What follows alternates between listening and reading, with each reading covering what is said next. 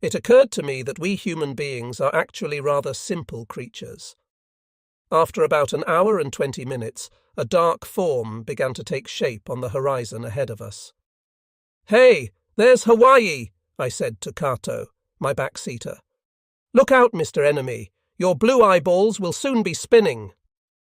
The Zeros dropped their external tanks and surged out ahead of us. They were tasked with hitting the enemy airfields and destroying as many planes on the ground as possible. We were now approaching the northwest tip of Oahu. I was acutely aware that the torpedo I was carrying would help decide the fate of my country, and I was determined to make a direct hit. "We'll show them what the Japanese military can do," I said to myself. Just then we received the signal, "Attack!"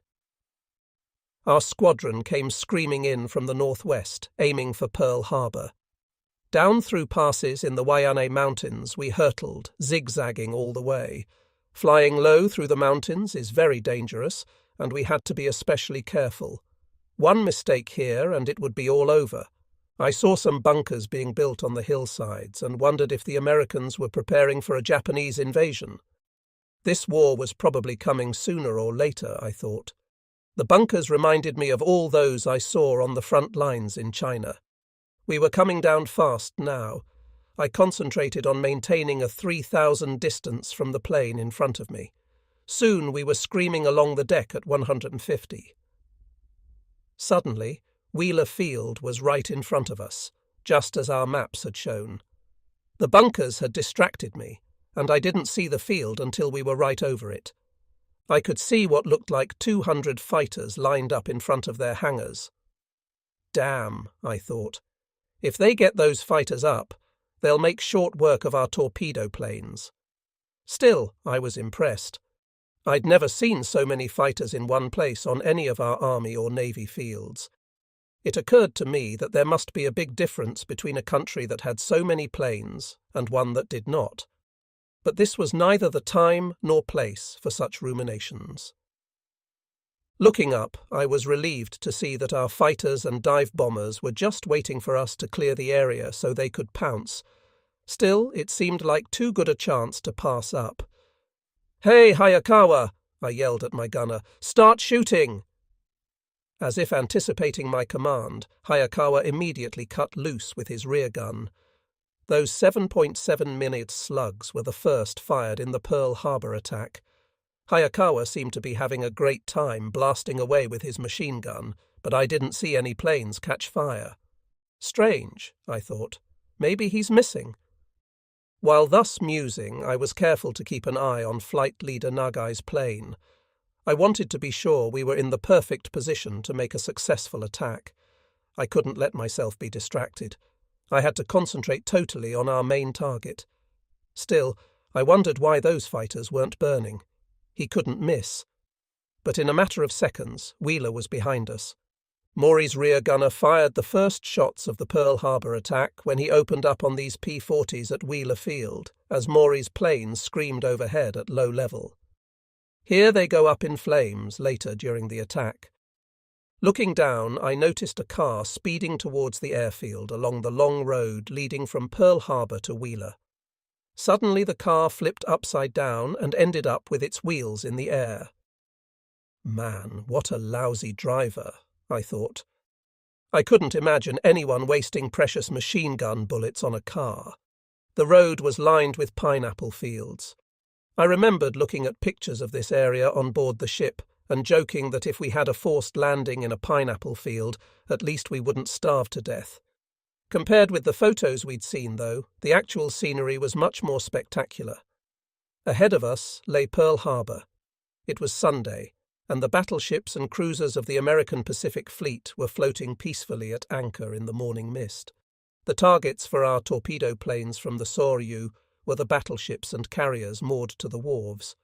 We were surprised to find that the carriers, our main targets, were gone. They had left the harbour the day before. I was bitterly disappointed because I really wanted to slam a torpedo into the Saratoga or the Lexington. Well, I thought, we'll just sink every one of those battleships instead. As we closed on Pearl, the ship types became distinctly visible. However, although we had studied photos and diagrams of the ships for hours on end, the actual ships looked altogether different. It now seemed hard to believe that we were actually here to sink them. The battleships were moored together in pairs, and if they had placed torpedo nets on their exposed sides, we could never have torpedoed them.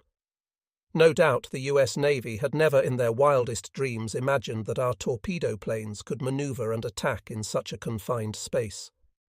Now the unimaginable was about to occur. In a few hours, the attack would be headline news in every corner of the globe, and people around the world would be in awe at our stupendous victory. While keeping an eye on Nagai's plane, I tried to confirm our target. From Wheeler to Pearl was a straight line, so the flying was easy. My altimeter was reading almost 0, but it looked like we were about 15 feet above the ground. I started breathing deeply and tried to calm my nerves. There was no time to think of anything other than the job at hand. My only thought was putting my torpedo into a battleship.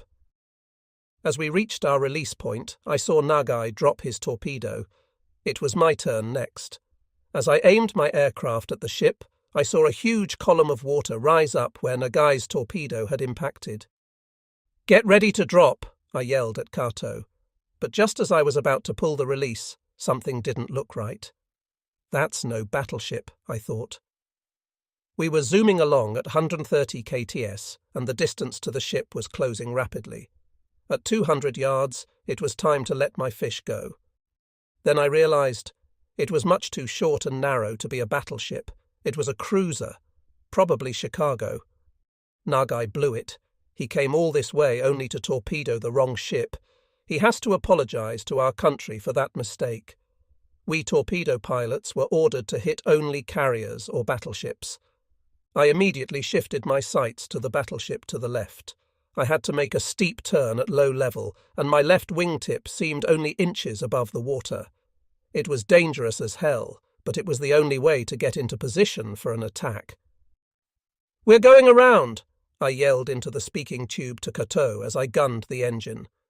During training, they never mentioned the embankments, but there they were, in the way. Didn't matter, I had to make up for Nagai's mistake. "I'm going to sink one of those big boys," I said to myself as I zoomed over the top of a battleship protected by a breakwater. It sounds easy, but my plane was heavy with the torpedo, and the masts of the ship were 60 feet high. It took all my skill to pull off that maneuver. The torpedo squadrons from Akagi and Kaga were dropping their torpedoes, and every time one struck home, a huge column of water shot up in the air. It was truly a magnificent sight.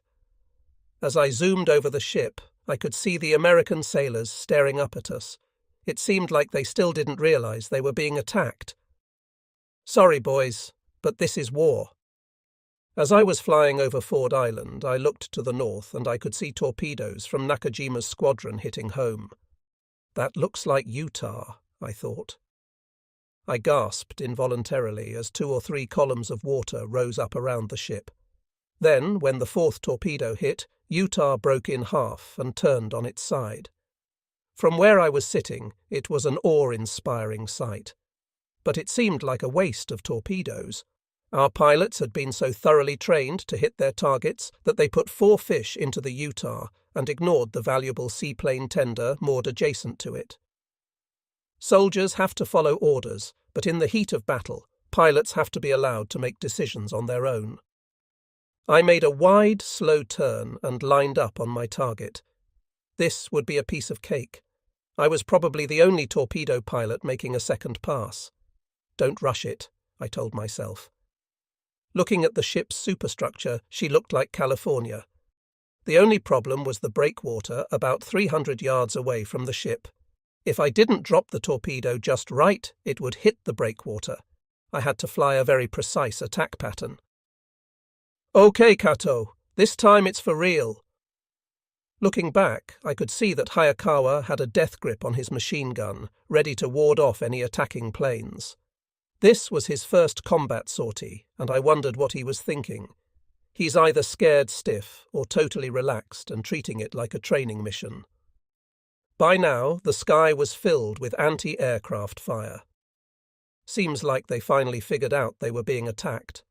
The 7 flying boats at the west end of Ford Island had been blown up by our dive bombers and were burning fiercely. A towering column of black smoke filled with red flames rose from the area. Buildings and other structures on the wharf made it hard for me to get down low, but I eventually cleared the obstacles and dropped down to about 15 feet over the water. I got the plane completely trimmed and horizontal. At a speed of 130 kits, I closed to within 250 yards of California, held my breath, and aimed just below and to the right of the ship's bridge. "Ready! Let it go!" Cato raised his hand, and I felt the plane leap skywards as the heavy torpedo dropped away. The torpedo attack was now over. The planes were all arcing away to the left and leaving the area. However, if I went left, it would mean flying through all the smoke and fire over the airfield on Ford Island, so I banked off to the right. "Hey, Cato, don't forget to take photos." When we got back to the carrier, the photos would tell the true story. I didn't mind dying in order to fulfill our duty, but if we survived the attack, I wanted to get back in one piece. "Hey, Maury, we got her!" yelled Cato. Looking back, I could see a huge pillar of water shooting up from California. A direct hit, I thought, thankfully. A tremendous feeling of relief came over me, as I knew I had made the right decision in not following Nagai. As I was flying along, filled with a sense of accomplishment, I looked off my right wingtip just in time to see one of our torpedo planes burst into flames and arc down towards the harbour. He still had his torpedo and seemed to be trying to crash his plane into a battleship. I wanted to reach out and grab the crew from their doomed plane. When I looked down to see what happened to them, I saw a huge explosion where the plane impacted the bridge of a battleship. 7. It was a perfectly executed suicide dive, probably one of the Akagi or Kaga pilots. If I had seen the plane's number, I would have been able to find out the crew's names. In the heat of battle, it would have been easy for Maury to mistake the seaplane tender USS Curtis for a battleship. Even at this early stage of the war, when everything was going their way, it was not uncommon for Japanese pilots of disabled planes to intentionally crash dive into enemy targets. This photo shows Curtis shortly after being hit by a bomb later in the attack. US Navy looking north, I could see that Wheeler Field was covered by a huge pall of black smoke. Bright flashes marked the spots where our bombs were hitting home. "Go get 'em!" I thought to myself with relief. I doubted that even one of the 200 fighters lined up there would get off the ground. Then, as I was egressing the area at a height of about 30 feet, kang, kang, kang. It sounded like a hammer pounding on my plane, and I felt the control stick vibrate in my hand. "Yow!" screamed Hayakawa from the back seat. "Crap!" I thought. A fighter must have got us. I looked out and saw that both wings were full of holes and that the slugs had come from below. Anti-aircraft fire. In panic, I looked at our fuel tanks, but they were okay, and the engine was still purring along. But I could smell something burning in the back seat. "Hey, Kato, what's burning back there?" "My seat cushion's on fire." "Well, get rid of it." Wondering where the shooting had come from, I looked down and almost fainted. We were flying right over a group of about 10 destroyers and cruisers, and they were all shooting at us. We'd flown right through their wall of fire. It's a miracle we weren't shot down. That's what must have knocked down the other torpedo plane. And all we got out of it was a burned seat cushion, the luck of the draw. Someone up there must have been looking over us. As we continued our escape, we flew right over some huge fuel storage tanks. Hayakawa started blasting away at them with his machine gun, but even if he hit them, there was not much his 7.7 mm slugs would do to those big tanks. Still, I let him keep firing because it seemed like a fitting way to get even with them for shooting at us, and I'm sure it made him feel good. Hickam Field was also in flames. Our boys had worked it over pretty good. This heavily retouched photo shows a Nakajima B-5N Kate exiting the Pearl Harbor area after the attack. According to the original caption, this plane was from the Zuikaku. The USS California is just visible, yet to be struck by Maury's torpedo. Our rendezvous point was 20 miles out to sea on a heading of 180 degrees from the mouth of the harbour and an altitude of 30 feet. As each plane finished its attack, it headed south at low level. We knew about the anti-aircraft guns at the harbour entrance, and we were careful to avoid that area. We all wanted to exit the area as fast as possible, so I figured it would be hard to get us all together again. Screaming out of there at 160 km, right on the deck, the phone poles and buildings whipped by on each side. Still, it wasn't fast enough for me. I just wanted to get the hell out of there. We didn't have anything against the local citizenry, so we tried to avoid flying over Honolulu. Nevertheless, we somehow ended up over the city. Finally, we got out over the water again, and I was able to catch my breath. We made it. I felt very keenly that we had done our duty and survived, and that we would live to fight another battle. We climbed out and headed for the rendezvous. Looking back, I could see flames and black smoke covering Pearl Harbor and the airfields. All was darkness. With the attack over, we now had to get away as quickly as possible. Our fighters would join us later. When we got to 2,500, Hayakawa suddenly yelled, "There's a strange aircraft following us." Thinking that it was a plane from one of our other carriers, I casually looked over my shoulder and was surprised to see it was a yellow biplane, an enemy plane. "Hey, Hayakawa, get rid of him, start shooting." I'd let my guard down and relaxed because I thought we were in the clear. Now here I was in a big panic. He must have been pretty brave to come chasing after us like that. I realized that we didn't have anything to fear from a biplane and made a steep turn. At the same time, Hayakawa cut loose with a burst. The enemy plane flipped inverted and split-est away to the right. If that had been a fighter, we'd soon have been swimming instead of flying. Later I learned that the plane belonged to a local farm. The pilot was just out for a Sunday flight when the attack started, and he was afraid to land while the attack was underway. Our climb-out had brought us up right in front of him, and he was just looking us over. He later said, "I found myself right behind a Japanese plane. When they started shooting, it scared the hell out of me, so I got out of there and flew off to the south." He was very lucky that none of our bullets hit him. Watching the yellow plane disappear behind us made me think of my training days at Kasumigawara. My first solo flight was in a plane very much like that. For a brief instant, I had the strange illusion that I was back in the skies over Kasumigawara. Ahead of us were 5 torpedo planes from the Akagi. It seemed that most of the Soryu planes had already returned to the ship. I couldn't see any of our planes in the air. I hoped that flight leader Nagai and the rest of our men had made it back okay. Because I was the only one to arrive late at the rendezvous point, they were probably worried that maybe I'd intentionally crashed us into an enemy position. Still, the fact that I'd ignored Nagai's orders, gone around for a second pass and changed, my target was probably going to be a problem. We had photographic evidence to back us up, but we still disobeyed orders. Still, orders or no orders, I couldn't obey an order to mistakenly attack a cruiser instead of a battleship. I throttled up and joined up with the Akagi planes. There were now also 5 Zeros and 3 dive bombers with us. There was no doubt that our attack had been very successful. I suddenly realized that the tremendous stress I'd been under since we received our orders and departed Hitokapu had mysteriously vanished. I felt so carefree that I wanted to whistle a tune as we flew along, and before long I was humming a popular song. The skies around Hawaii were wonderfully clear and reminded me of one of those beautiful cloudless days in Japan. Although I was now feeling very much at ease, I couldn't help wondering about the sailors on those warships we'd sunk. No doubt many were killed or injured. I wondered if I would meet up with any of them in future battles. We were all human beings after all and harboured no special hatred towards each other, yet now we would be killing each other. As soldiers, of course, that couldn't be helped, but to simply explain it all away as a matter of fate seemed rather harsh.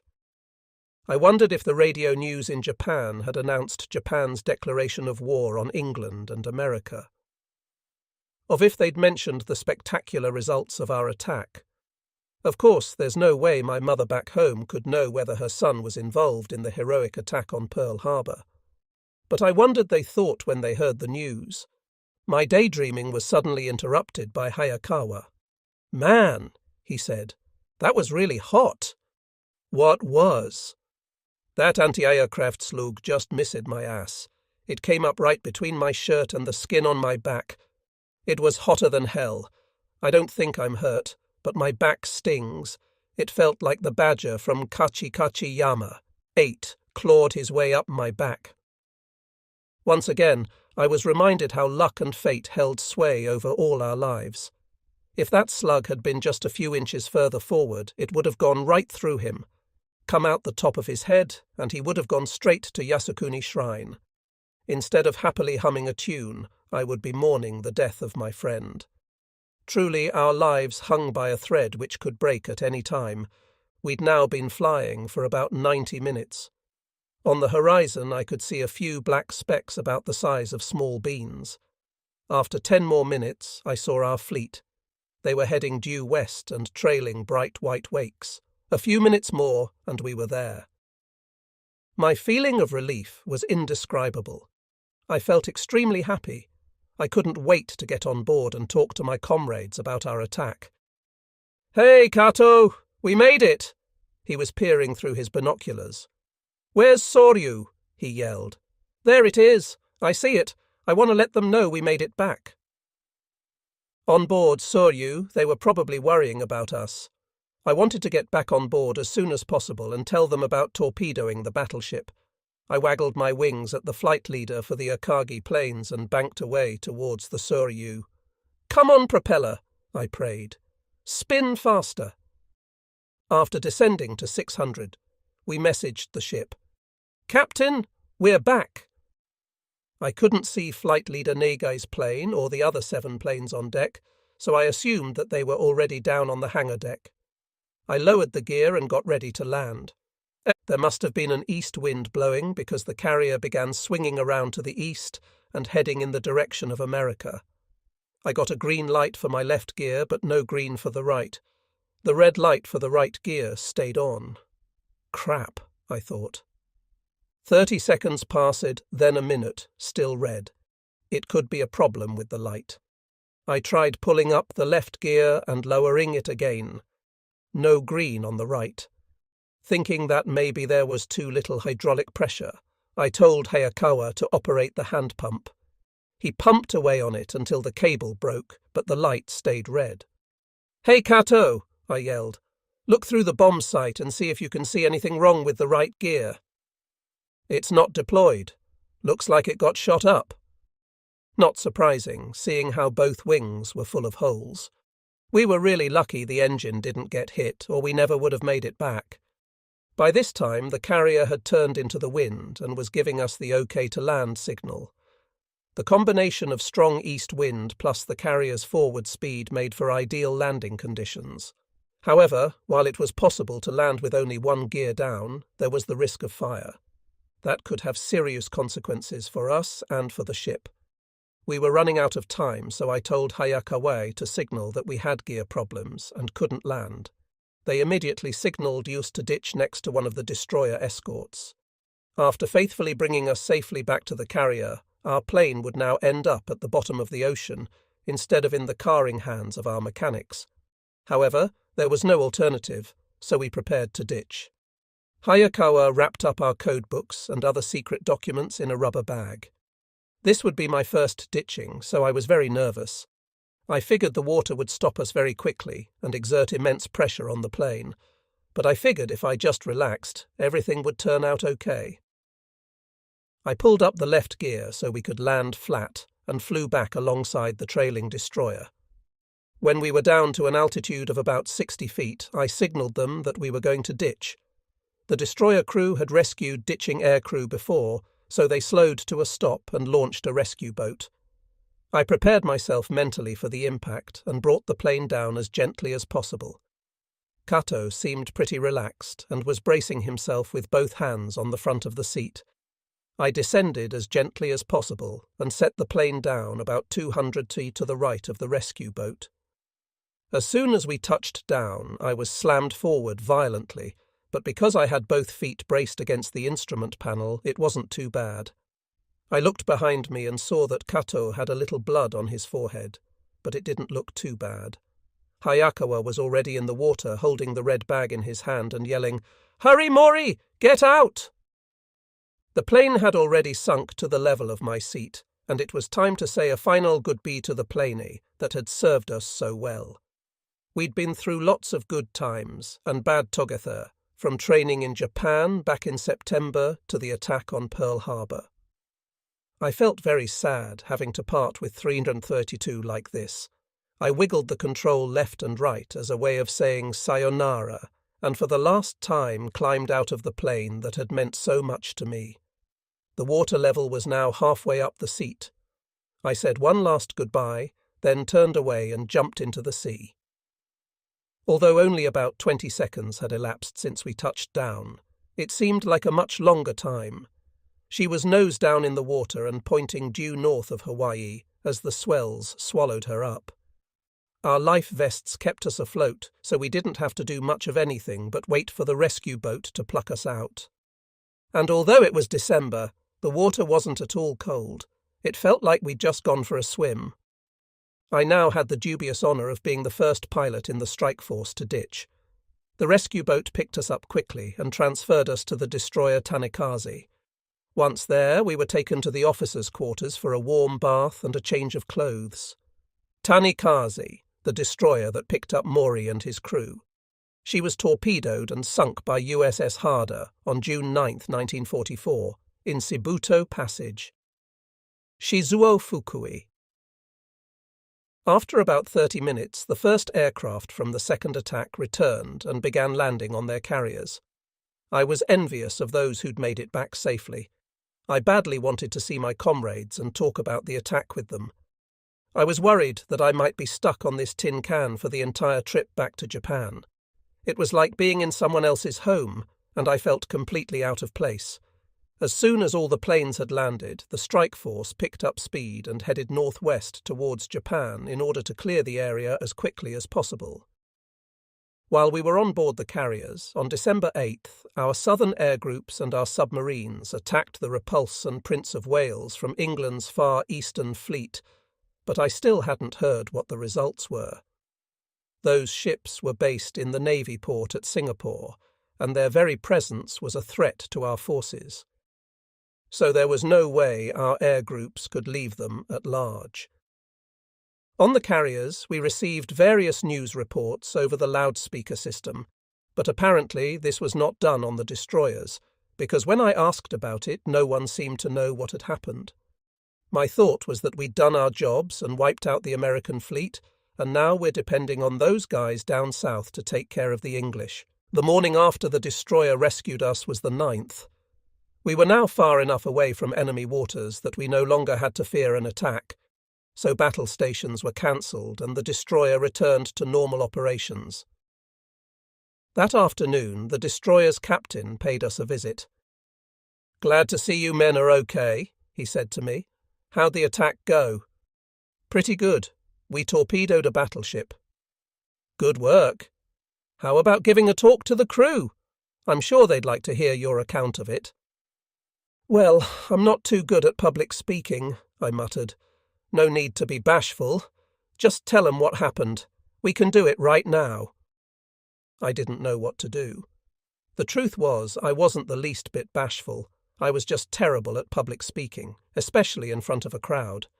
Still, these guys saved us after our ditching, so I felt I owed them something in return. "Well, okay," I said reluctantly, "but let me organise my thoughts and I'll give a talk tomorrow." That got me off the hook for the time being, but I was still unsure of myself. Neither Kato nor Hayakawa were any help at all. They didn't want any part of it. I had no idea what I was going to say. That evening, 2 scout planes returned to the carrier. Since I'd never seen planes land on a carrier from a destroyer, I thought I might learn something, so I went up on deck to watch. The destroyer followed in the wake of the carrier about 1,000 yards behind and at the same speed. When we were landing on the carrier, we used the destroyers as reference points during our approach. If we came over the destroyer at 400 and then turned directly for the carrier, we tended to make nice smooth landings. Although the destroyers were merely support ships, for the carriers we were very glad to have their help. The sun was already setting as the planes landed and the light was fading. From our vantage point it looked like they'd got on deck without incident. However, the Soryu suddenly made a sharp turn to port. At the same time, the destroyer went to full speed and caught up with the carrier. "Launch the lifeboat," came the command, and crew members immediately swarmed around it to prepare for launching. I wondered if a plane had gone in the drink. In fact, that's what had happened. We could now see it bobbing on the swells. I wondered who the crew was. I felt kind of silly just standing there like a spectator, but since I wasn't part of the crew, there was nothing else for me to do. The destroyer raced to the spot where the searchlight was shining and lowered the boat. By this time the plane had sunk out of sight, but I could see the two crewmen floating on the surface. They were soon plucked from the sea and brought aboard the destroyer. From there they were taken to the sick bay for a checkup. It seems they were both badly injured, and the destroyer quickly conveyed this information to Soryu. Soryu then messaged that they were sending a boat over for the injured and that the three of us would be picked up at the same time. Soryu came to a stop and lowered a boat to come pick us up. We then made the rounds and thanked the captain and everyone else for saving us, and we wished each other good fortune in coming battles.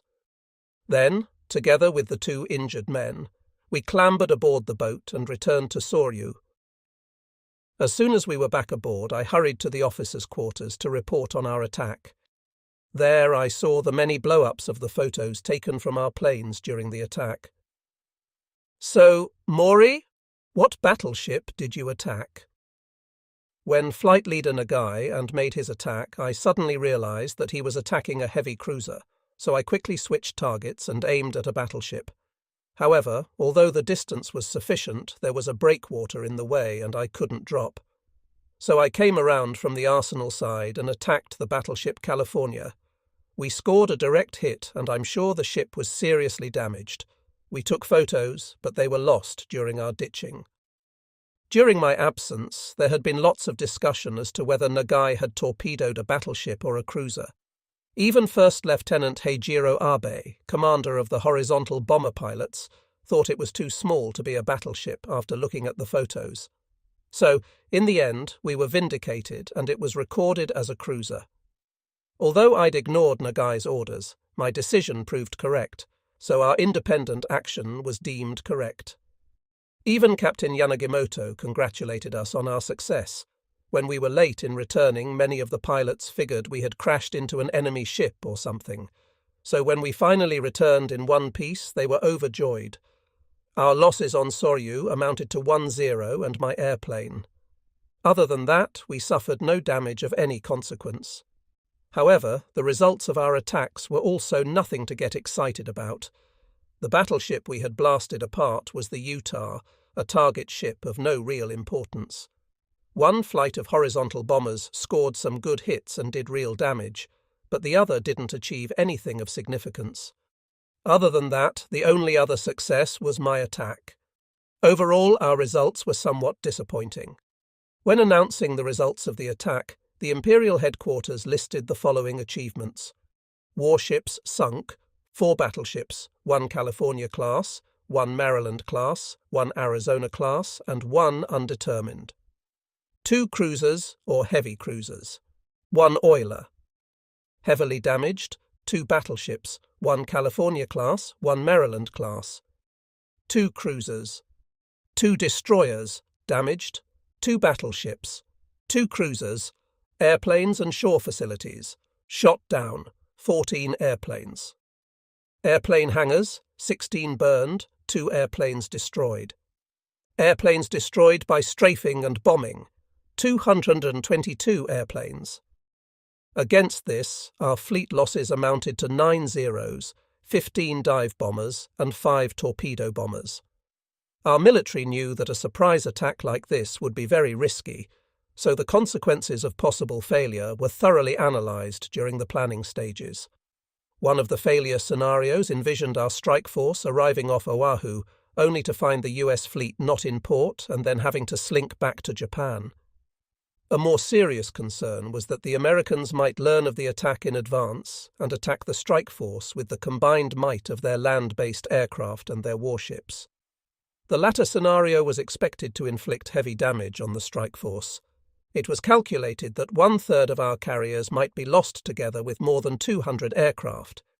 In this case, we would not only not achieve our objective, but would also suffer heavy losses. The surprise attack on Pearl Harbor was conceived by Admiral Isoroku Yamamoto. However, the plan had many detractors. The main reason was that according to the existing doctrine of air warfare, an attacking force required 3 times the number of aircraft as the defending force. This would have required many more aircraft than were actually used for the Hawaii operation. However, the Japanese military felt that the operations in the south were more important and were unwilling to allocate more forces for Hawaii. The military knew that the Americans and English were well prepared for war. They were afraid that if they tried to chase 2 rabbits at the same time, the more important southern operations would be jeopardized. However, Admiral Yamamoto's opposing argument was as follows.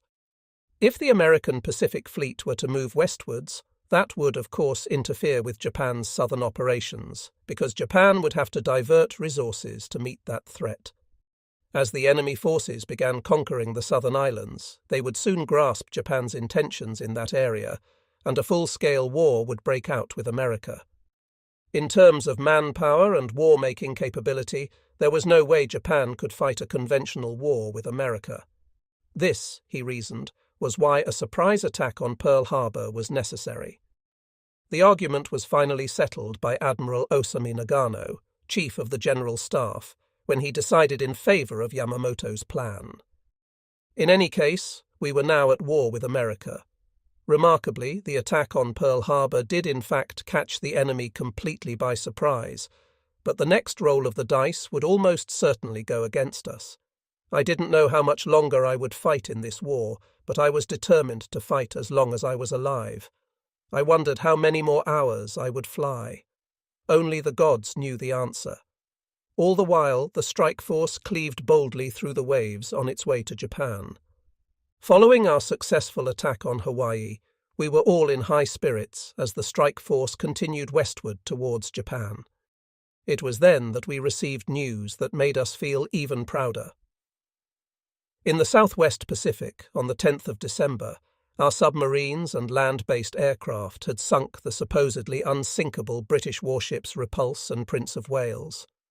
For the second time in a matter of weeks, the world was stunned into the realization that the era of the battleship was at an end. When the news was announced aboard Soryu, we all jubilantly yelled, "Banzai!"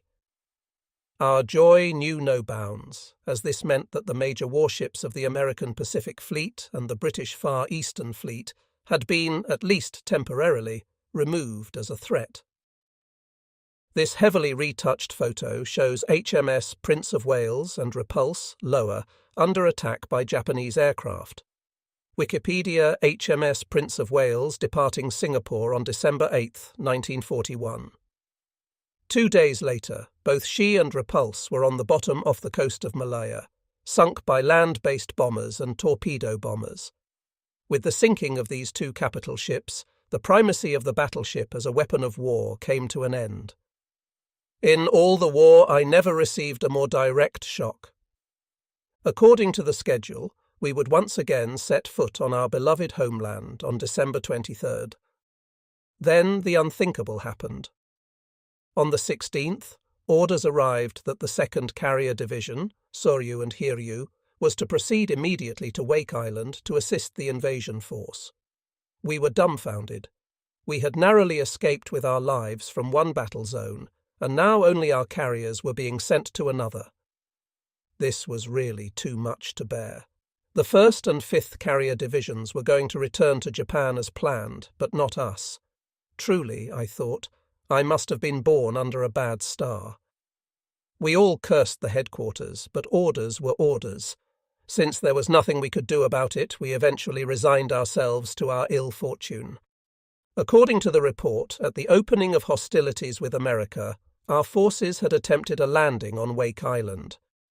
However, the Americans there had put up such stiff resistance that the landing failed. It was further reported that there were between 6 and 8 Grumman fighters stationed on the island's airstrip. Apparently, they were putting up such a fight that our forces had suffered significant casualties. Our job was to go help them. Seen in that light, we couldn't just stand by while our comrades died. Before long, we were all fully committed to doing our part to help. Japanese destroyer Kisaragi, sunk by the Grumman F-4F Wildcats.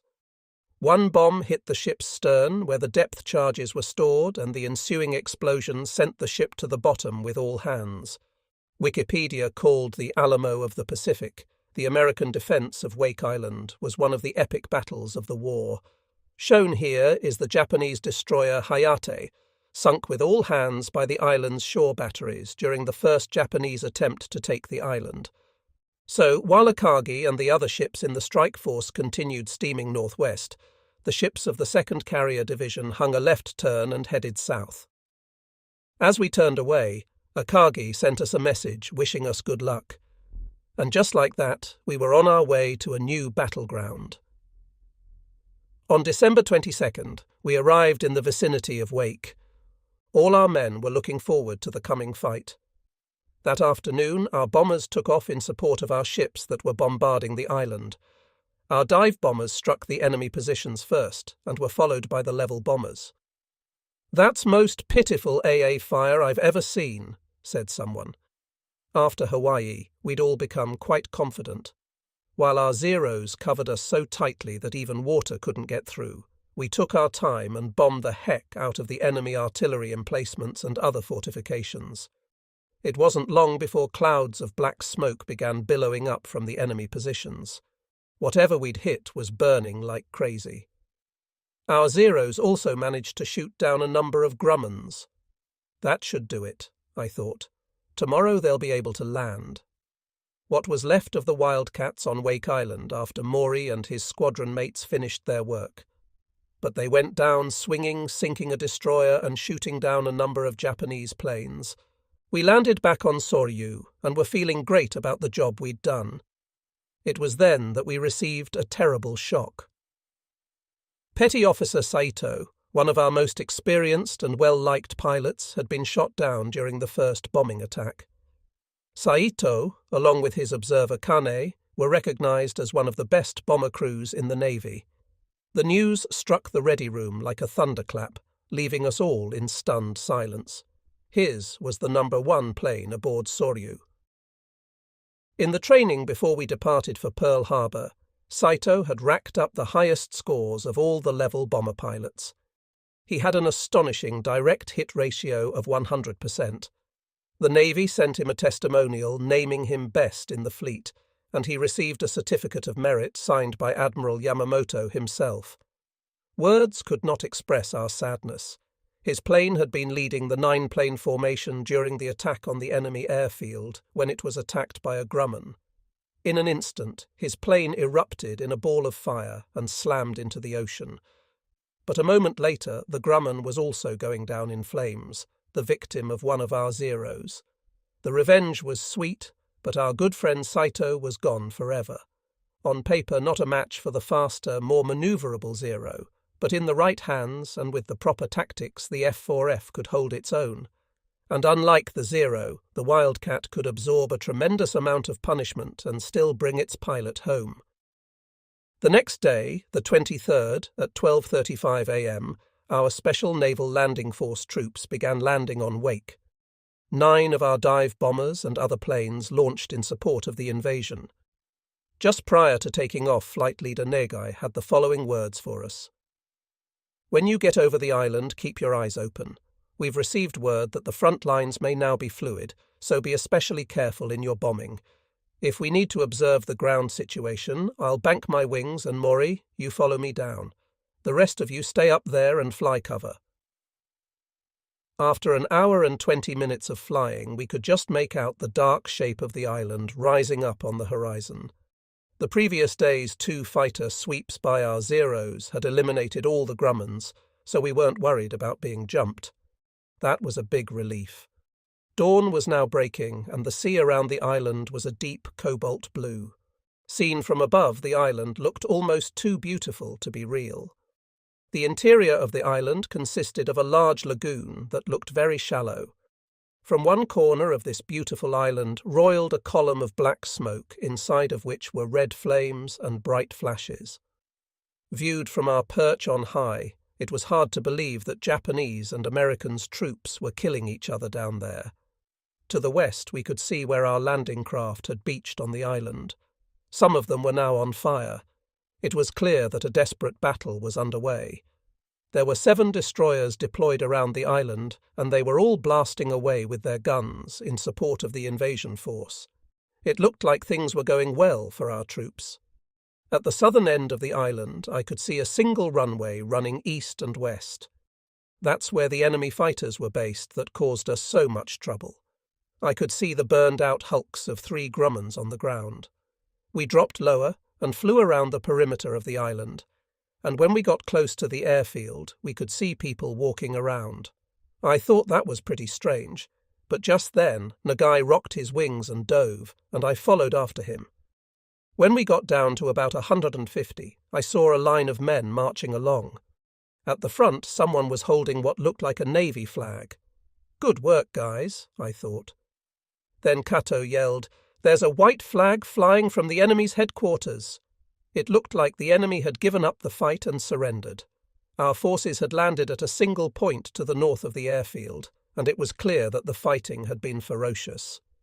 After having to scramble over the dead bodies of their comrades, our troops had finally forced the enemy to surrender. They must have been overjoyed at their success. I was filled with admiration for them, and as I banked low over their positions, I could swear I heard them cheering. After heading out over the ocean, I turned around and flew towards the hill on the other side of the airfield. There was a harbour there, and the water was so clear that even from my altitude of 150, I could clearly see the ocean floor. Just as I made a quick pass over the hill to check the enemy positions there, an anti-aircraft gun opened fire on us. What the hell? I thought. Those filthy cowards are shooting at us. One of the rounds hit my left fuel tank, and gasoline began to spurt out. There was about a 6-inch hole in the upper surface of the wing. The hole on the underside of the wing was probably small, but after exiting the fuel tank, it ripped a big hole in the duralium material of the wing. The fuel vaporized in the airstream and trailed behind us like a long tail. I was furious. First they show the white flag, then they start shooting at us. I still had my bombs and could clearly see their position. I was tempted to wipe them out. If they were all killed, they'd only have themselves to blame. Don't dish it out if you can't take it, I thought. I was just starting my dive on their position when it occurred to me that if I stayed around to get even, I might not have enough gas to return to the carrier, and I wasn't in the mood for another ditching. I decided that our 3 lives were more important than their 10 or 20 lives. I broke off the attack, and we used hand flags to signal Nagai that we were returning to the ship. We immediately turned away and set course for Soryu. The right tank had 100 litres, and the left and right auxiliary tanks had 50 litres each, so I had 200 litres total. We had just enough to make it back to the carrier. As soon as we cleared the island, we dumped the bombs and watched them fall harmlessly into the sea. What a waste, I thought. Must have scared the hell out of the fish. Fuel continued to spew from the hole, and it made me really nervous. If the exhaust ignited the gas when we landed, the ensuing fire would cause a lot of damage to the deck. We might also be incinerated. There were instances in the past where leaking fuel had been ignited by sparks from an exhaust. If fire reached the bombs, there would be a true catastrophe. We finally arrived over the carrier. I was very relieved, but also very concerned about the coming landing. We signalled the bridge that we were making an emergency landing. Soryu was already headed into the wind and ready to receive aircraft.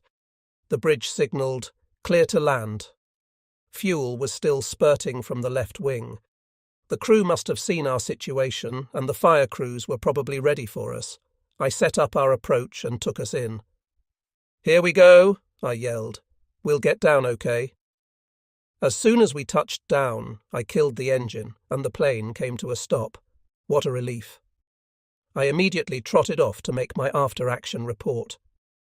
Shortly thereafter, all of our other planes returned safely. The battle for Wake Island was the toughest fight for our Navy since the war started. Our troops had suffered heavy casualties, but with our help, they had eventually prevailed. Our 2nd Carrier Division was now finally able to resume its return to Japan, and we headed northwest. At last, on December 29th, we returned to Seiki Harbour in Oita Prefecture.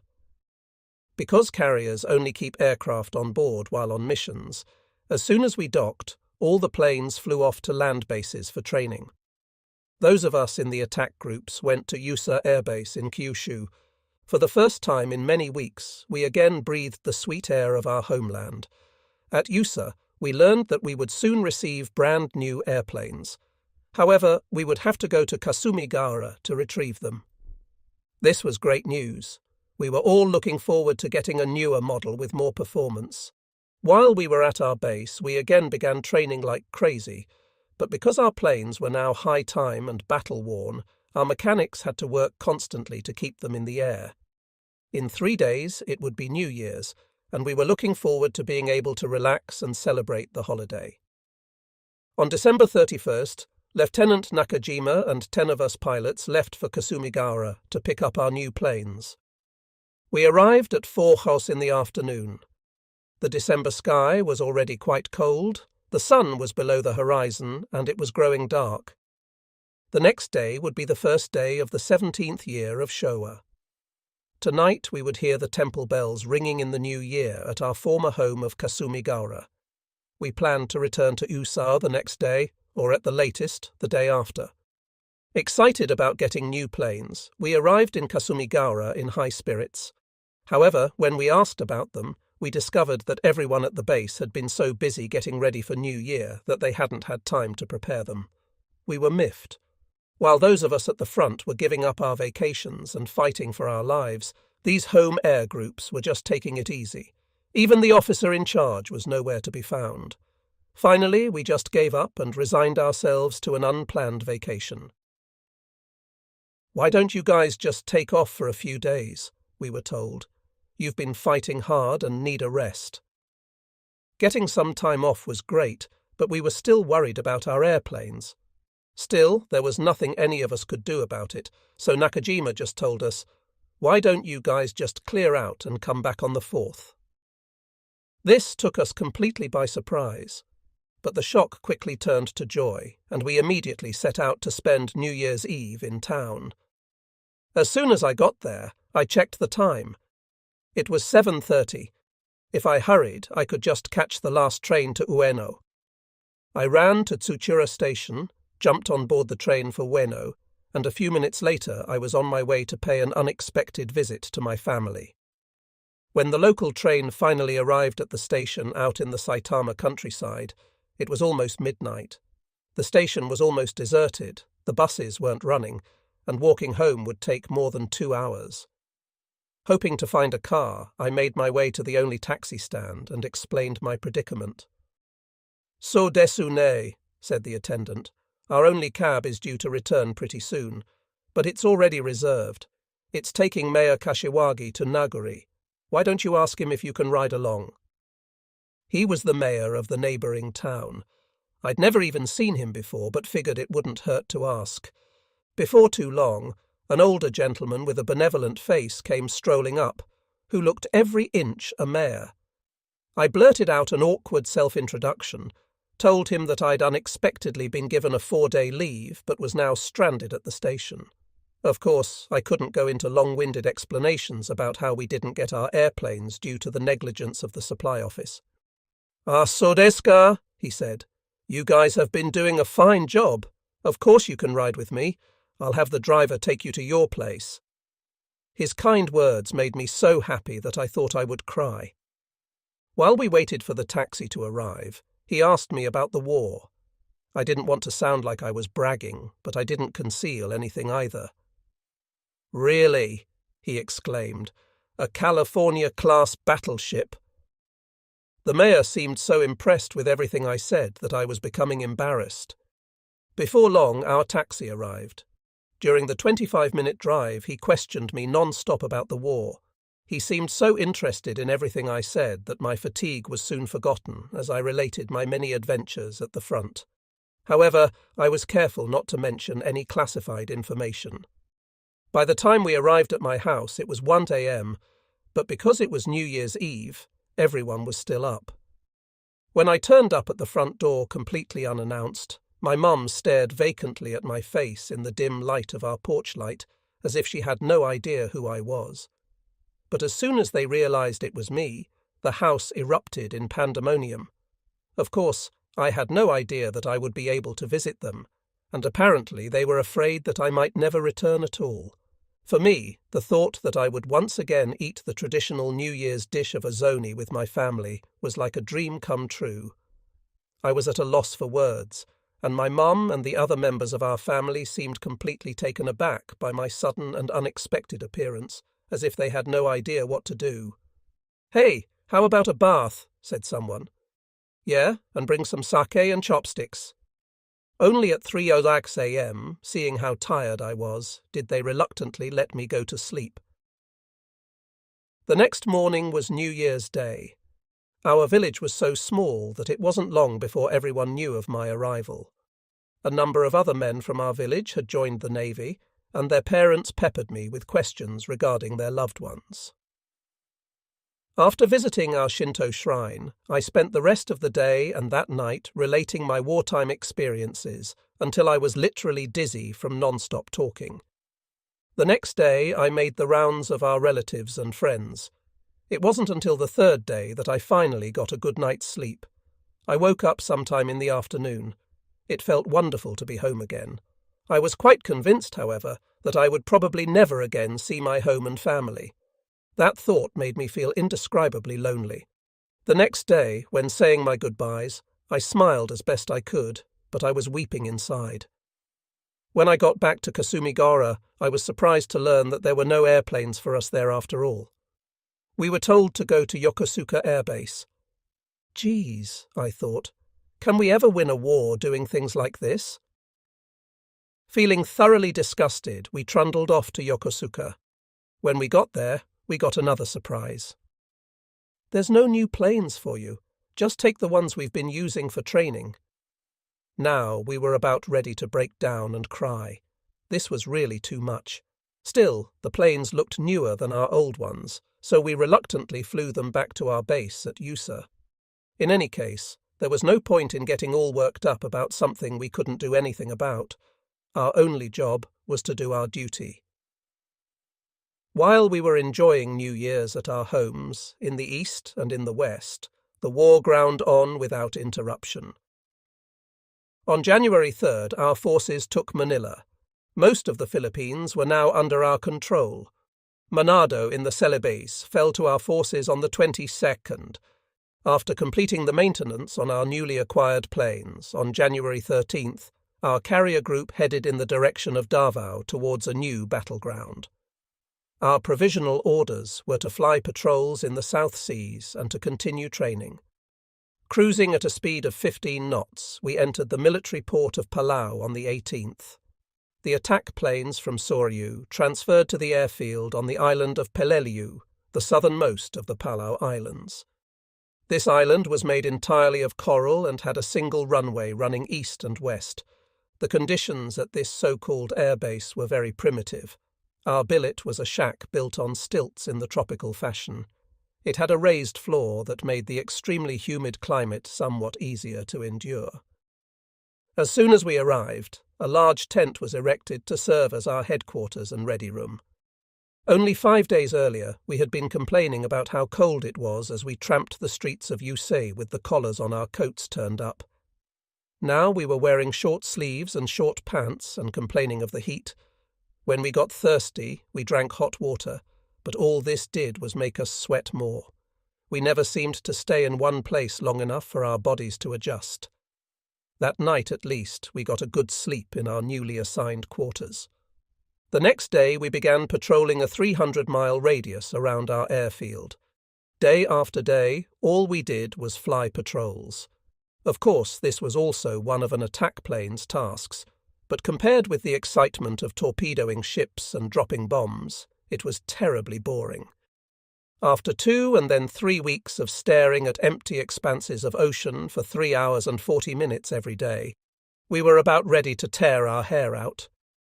As if the flying wasn't boring enough, there was nothing to do on the island, and of course there were no entertainments of any kind. We were soon thoroughly sick of it all. Still, when munching on exotic tropical fruits or snoozing in the shade of a coconut tree, life on these southern isles didn't seem too bad. In Japan, bananas were an expensive luxury food, but here we could eat our fill. Even coconut milk, which at first smelled rather awful, soon became one of our favourite beverages. We also developed a taste for copra. The most serious problem was a lack of water. Since it was a coral island, there was no fresh water, even if we had dug for it. We relied entirely on rainwater that ran from the roof gutters directly into a large tank. We used this water both for drinking and for washing our faces. Sometimes there was mosquito larvae in it. Fortunately, during the time we were on the island, there were squalls almost every day, so we never suffered from a lack of water. However, like life on board the ship, water was carefully rationed. The tropical nights lit by moonlight were breathtakingly beautiful. When the moon was full, it seemed a shame to squander such beauty with sleep. One evening, for the first time in a long time, we were given a bottle of sake. There was no place to drink in our quarters, so Nonaka, Ando and I decided to have a moon viewing party out on the airfield. There was an observation platform there that was about 30 feet high. "Hey, how about up there?" said Ando. "Yeah, we'll get a better view of the moon." "Everything looks better when viewed from above." We were supposed to be in our bunks by 8, so if we got caught we'd probably get in some trouble, but by the time 8 o'clock rolled around, we were no longer worried about such things. We'd also managed to scrounge up some canned clams that we snacked on while drinking. At first, we were careful to be quiet and stay out of sight. However, the more we drank, the louder we got, and before long we were having quite a party up there. "Hey, Mr. Guardman, you've stood watch all day. Better get a good night's sleep," we joked. "If the moon were a mirror, what stories it would tell," sang Ando. Before long, we were singing the old song about seducing the village headman's daughter. She was a dusky maiden, that South Sea's beauty. We were having so much fun that we soon lost all track of time. "Hey!" someone yelled. "What the hell's going on up there?" Oh, I thought. Looks like they found us. "Get down from there!" Okay, we said meekly, as we climbed down the ladder with the now almost empty sake bottle. "What were you guys doing up there?" said the guard. "Well, the full moon was so beautiful that we thought we'd have a moon viewing party. You guys got a mission tomorrow. Get to bed and get some sleep." Okay. He wasn't scolding us, and when I looked closer, I recognized Shichiro Yashiro, the senior guard, snickering in the background as they sent us back to our quarters. Our daily 300-mile patrols in the oppressive heat continued as usual. One day, when I was off duty and dozing in the tent that was our ready room, an urgent telegraph came in from one of our patrols. 6 enemy submarines, headed due north, 180 degrees, 150 miles. We're shadowing them. Everyone sprang into action, and we prepared to launch an attack. Each plane was quickly armed with 2 60 kilos depth charges. The sections took off individually and headed off to attack the subs. Like everyone else, I rushed off, got my flight gear on, and ran out to the field. But when I got there, my airplane was gone. One of the maintenance men came up to me grinning sheepishly and handed me a piece of paper. On it was scrawled in pencil, "My airplane's no good, so I took yours." That damn Nagai, I thought. I'm just a couple of minutes late, and he makes off with my airplane.